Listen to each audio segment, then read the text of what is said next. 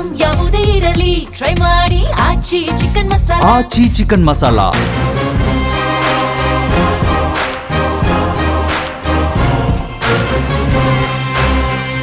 ಕಳೆದ ಕೆಲವು ತಿಂಗಳಿನಿಂದ ಕರ್ನಾಟಕದಲ್ಲಿ ಮುಖ್ಯಮಂತ್ರಿ ಬದಲಾವಣೆ ವಿಚಾರ ಕಾಂಗ್ರೆಸ್ ವಲಯದಲ್ಲಿ ಮಾತ್ರವಲ್ಲದೆ ರಾಜ್ಯದ ಜನತೆಗೂ ಕುತೂಹಲಕ್ಕೆ ಕಾರಣವಾಗಿ ಕೂತಿದೆ. ಈ ವಿಚಾರದ ಬಗ್ಗೆ ಕೋಡಿ ಮಠದ ಶ್ರೀಗಳು ಭವಿಷ್ಯವನ್ನ ನುಡಿದಿದ್ರು. ಸಿದ್ದರಾಮಯ್ಯನವರು ಅವರಾಗೆ ಬಿಟ್ಟರೆ ಸಿಎಂ ಬದಲಾವಣೆ ಎನ್ನುವ ಅವರ ಭವಿಷ್ಯ ಚರ್ಚೆಗೆ ಗ್ರಾಸವಾಗಿದೆ. ಕಾಂಗ್ರೆಸ್ ಹೈಕಮಾಂಡ್ ಬೇಡ ಅಂದ್ರು ರಾಜ್ಯದಲ್ಲಿ ಮುಖ್ಯಮಂತ್ರಿ ಬದಲಾವಣೆ ಚರ್ಚೆ ಜೋರಾಗಿ ನಡೀತಾ ಇದೆ. ಮುಂಬರುವ ರಾಜ್ಯದ ಬಜೆಟ್ ನಂತರ ಬದಲಾವಣೆಯಾಗಬಹುದು ಅಂತ ರಾಜ್ಯದ ಸಚಿವರೇ ಹೇಳ್ತಿದ್ದಾರೆ. ಹಾಗಾಗಿ ರಾಜ್ಯದ ಸಚಿವರ ಹೇಳಿಕೆ, ಕೋಡಿ ಶ್ರೀ ಭವಿಷ್ಯದ ಕುರಿತಂತೆ ಚರ್ಚೆ ಹೆಚ್ಚಾಗಿದೆ.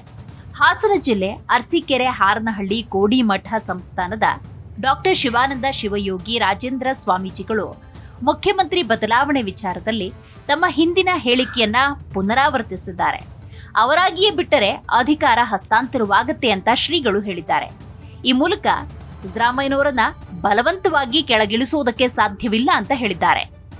ಕೋಡಿ ಶ್ರೀಗಳು ತಮ್ಮ ಹೇಳಿಕೆಯನ್ನ ಮತ್ತೆ ಪುನರುಚ್ಚರಿಸಿದ್ದಾರೆ. ಸುಮಾರು 1 ವರ್ಷದಿಂದ ಕೋಡಿ ಮಠದ ಶ್ರೀಗಳು ಈ ಮಾತನ್ನ ಹೇಳ್ತಾ ಬರ್ತಿದ್ರು.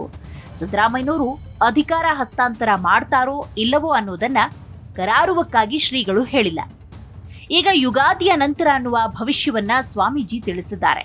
ಕಳೆದ ಸಂಕ್ರಾಂತಿಯ ಸಮಯದ ವೇಳೆ ಬೆಳಗಾವಿಯಲ್ಲಿ ಮಾತನಾಡುತ್ತಿದ್ದ ಕೋಡಿ ಮಠದ ಶ್ರೀಗಳು ರಾಜ್ಯದ ಖಜಾನೆಯ ಲೆಕ್ಕದ ಮೇಲೆ ಏನಿದ್ರು ಮುಖ್ಯಮಂತ್ರಿ ಬದಲಾವಣೆಯ ವಿಚಾರ ಎಂದು ಹೇಳಿದರು.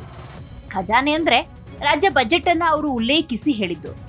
ಇದೇ ಬರುವ 6ರಂದು ಹಣಕಾಸು ಸಚಿವರು ಆಗಿರುವ ಸಿದ್ದರಾಮಯ್ಯ ಬಜೆಟ್ ಮಂಡನೆ ಮಾಡಲಿದ್ದಾರೆ.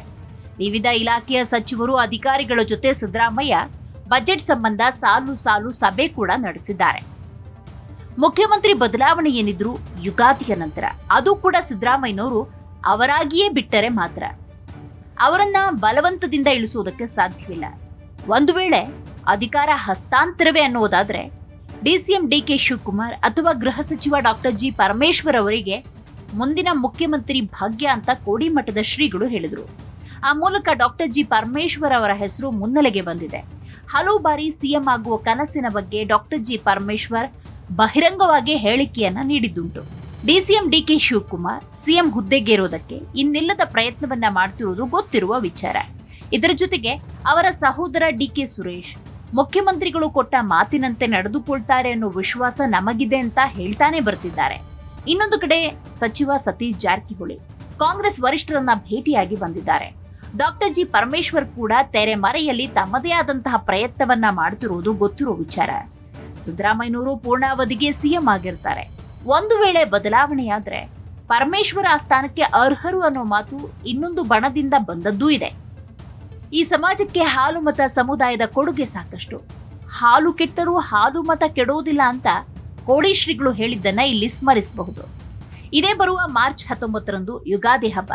ಮಾರ್ಚ್ 6ರಂದು ಬಜೆಟ್ ಮಂಡನೆಯ ನಂತರ ಅದಕ್ಕೆ ಅನುಮೋದನೆಯನ್ನ ಪಡಿಬೇಕು.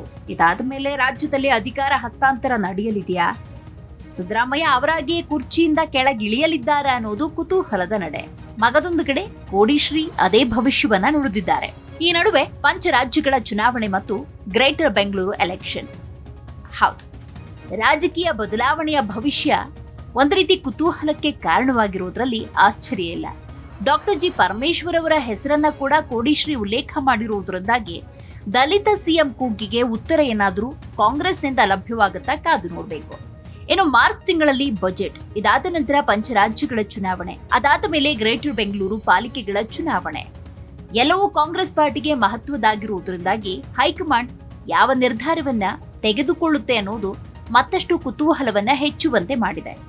ಏಪ್ರಿಲ್ ಮೇ ತಿಂಗಳಿನಲ್ಲಿ ಕೇರಳ, ತಮಿಳುನಾಡು, ಅಸ್ಸಾಂ, ಪಶ್ಚಿಮ ಬಂಗಾಳ, ಪುದುಚೇರಿ ವಿಧಾನಸಭಾ ಚುನಾವಣೆ ನಡೆಯಲಿದೆ. ಇನ್ನು ಜೂನ್ ಮಾಸಾಂತ್ಯದ ಒಳಗೆ ಗ್ರೇಟರ್ ಬೆಂಗಳೂರಿನ 5 ಪಾಲಿಕೆಗಳ ಚುನಾವಣೆ ನಡೆಸುವಂತೆ ಸರ್ವೋಚ್ಚ ನ್ಯಾಯಾಲಯ ಕರ್ನಾಟಕ ಚುನಾವಣಾ ಆಯೋಗಕ್ಕೆ ಸೂಚನೆ ಕೂಡ ಕೊಟ್ಟಿದೆ. ಹಾಗಾಗಿ ಕಾಂಗ್ರೆಸ್ ಹೈಕಮಾಂಡ್ ಮುಖ್ಯಮಂತ್ರಿ ಗಾದಿಯ ಕುರಿತಂತೆ ಯಾವ ರೀತಿಯ ನಿರ್ಧಾರಕ್ಕೆ ಬರುತ್ತೆ, ಜೊತೆಗೆ ಕೋಡಿ ಶ್ರೀಗಳು ನುಡಿದಂತಹ ಭವಿಷ್ಯ ನಿಜವಾಗುತ್ತಾ ಕಾದು ನೋಡಬೇಕು.